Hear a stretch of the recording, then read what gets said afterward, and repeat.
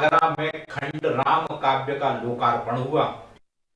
Doctor Indra स्मारक समिति के तत्वाधान में वरिष्ठ साहित्यकार और शिक्षाविद डॉक्टर इंद्रपाल सिंह इंद्र की जयंती के अवसर पर यूथ हॉस्टल में जहां साहित्यकार और शिक्षाविदों ने डॉक्टर इंद्र का भावपूर्ण स्मरण किया, वहीं उनकी सुयोग्य पुत्री आरबीएस कॉलेज की पूर्व प्राचार्य व वरिष्ठ साहित्यकार डॉक्टर सुषमा सिंह के हार्दिक छंद की रचित निखिल पब्लिकेशन से प्रकाशित द्वितीय खंड राम कथा काहू के झरोखे से का लोकार्पण किया गया। वक्ताओं ने कहा कि ऋषि वाल्मीकि, गोस्वामी तुलसीदास, आचार्य केशवदास, मैथिली शरण गुप्त, डॉक्टर इंद्रपाल सिंह इंद्र की परंपरा में डॉक्टर सुषमा सिंह द्वारा राम कथा का सृजन अनूठा और सराहनीय। समारोह की अध्यक्षता आरबीएस कॉलेज के पूर्व प्राचार्य डॉक्टर जवाहर सिंह ढाकरे ने की।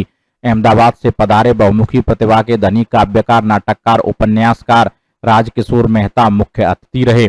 अमन गुप्ता, आगरा, समाचार 24। सुषमा सिंह, पूर्व प्राचार्य आरबीएस कॉलेज। आज वैसे मेरे पिताजी की जयंती है। डॉक्टर इंद्रपाल सिंह इंद्र बहुत ही प्रतिष्ठित साहित्यकार रहे हैं और ये 50 पुस्तकें आ चुकी हैं और मैंने भी उनके दिवंगत होने के बाद उनके लिए पुस्तकें प्रकाशित कराई हैं और उससे उनकी आज जयंती है और उन्हीं के आशीर्वाद से मैंने राम कथा लिखी है। उसका आज विमोचन है। वो हाइकू छंद में है, इसलिए उसका नाम रखा है राम कथा हाइकू के झरोखे से।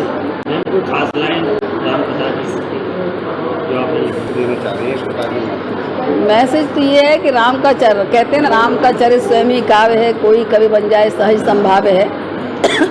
मैथिली शरण गुप्त जी लिख गए हैं, तो वही बात है कि बस मन में आया कि राम कथा हाइकू में लिख दूं, तो लिख दी।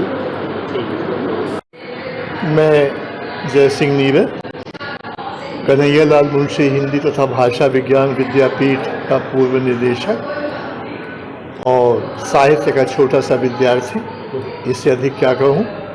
और आज के आयोजन के विषय में मुझे अवश्य कुछ कहना है। एक तो ये कि आज ये जो लोकार्पण हो रहा है, एक जापानी शैली है कविता की, हाइकू, उससे हो रहा है। और हमारे यहाँ भी दिनकर जी ने कभी कहा था कि भविष्य की कविता मंत्र कविता होगी। अब कविता में विस्तार नहीं होगा, कविता में घनत्व होगा और ये उसी घनत्व की दिशा में एक बड़ा सार्थक और रचनात्मक प्रयास है।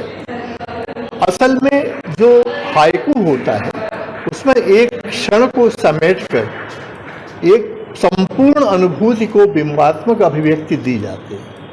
ये बहुत कठोर साधना का विषय है। सुषमा जी ने राम कथा को लेकर जो हाइकू लिखे हैं उसमें एक खतरा है। खतरा ये है कि उसमें क्या होता है कि हाइकू और हाइकू के बीच का जो अंतराल है उसमें कथा तत्व बाधित हो सकता है, लेकिन ऐसा नहीं हुआ है। और ये सभी हाइकू ऐसे हैं जैसे नीले आसमान पर छिटके हुए सितारे होते हैं। मैं लेखिका को बहुत बहुत शुभकामनाएं देता हूँ।